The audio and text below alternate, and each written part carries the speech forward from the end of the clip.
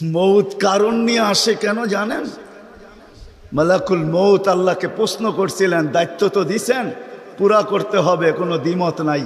কিন্তু মনে ভাবে মানুষ সারাদিন আমার নামের চর্চা করবে, খালি বলবে এই লোকটার কোনো কাজ নাই, শুধু সারাদিন গাজীপুরে ঘুরতে থাকে, যাকে মনে চায় তাকে উঠায় নিতে থাকে, সারাদিন আমার আলোচনা করবে, মানুষের মুখে মুখে থাকবে।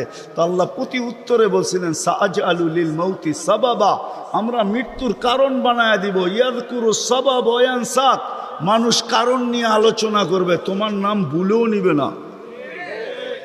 এখন নাম নিতেছে ডেঙ্গু, কয়েকদিন আগে নাম নিছে করোনা, কখনো নাম নেয় স্ট্রোক করছে, কখনো নাম নেয় এটা সেটা, ঠিক না? আরেকটা কারণও আছে।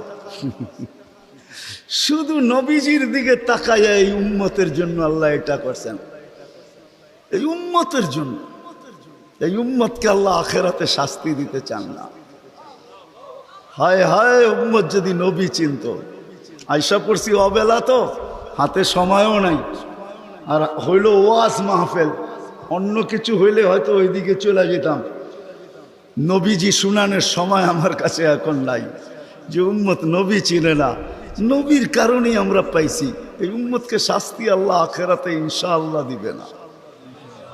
হ্যাঁ, দেয় তো দেয় কি কইরা, যার উপরে তিনবার কুদরতি হাত লাগছে।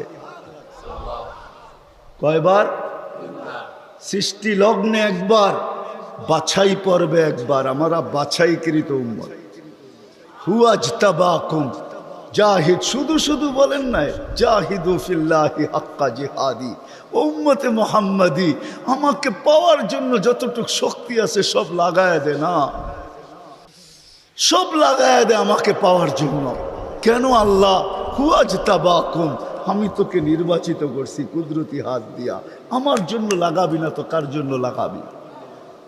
তৃতীয়, আল্লাহ আমাদের উপরে চিহ্ন লাগায়া দিছেন কুদরতি হাত দিয়া। সাহাবা প্রশ্ন করছে, ইয়া রাসূলুল্লাহ, কিয়ামতের মাঠে আপনি আমাদেরকে চিনবেন কি কইরা? আদম আলাইহিস সালাম থেকে কিয়ামতের সকাল পর্যন্ত মানুষ উঠবে, আমাদেরকে খুঁজা কোথায় পাবেন? তো আল্লাহ রাসূল হাসতেছিল আর বলতেছিল, হায় হায়, তোমাদের গায়ে চিহ্ন লাগানো আছে, আমি খুঁজা বাহির করতে কোনো কষ্ট হবে না। বলছি, ইয়া রাসূলুল্লাহ, সেই চিহ্ন কি? গুররাম মুআজ্জিলিনা মিন আসারিস সুজুদ, তোমাদের সেজদার জায়গা দিয়া নূর ফুটা বাহির হবে, নামাজ আর উজুর জায়গা দিয়া নূর ফুটা বাহির হবে, আর কারো বাহির হবে না, তোমাদের বাহির হবে। কেমন নূর?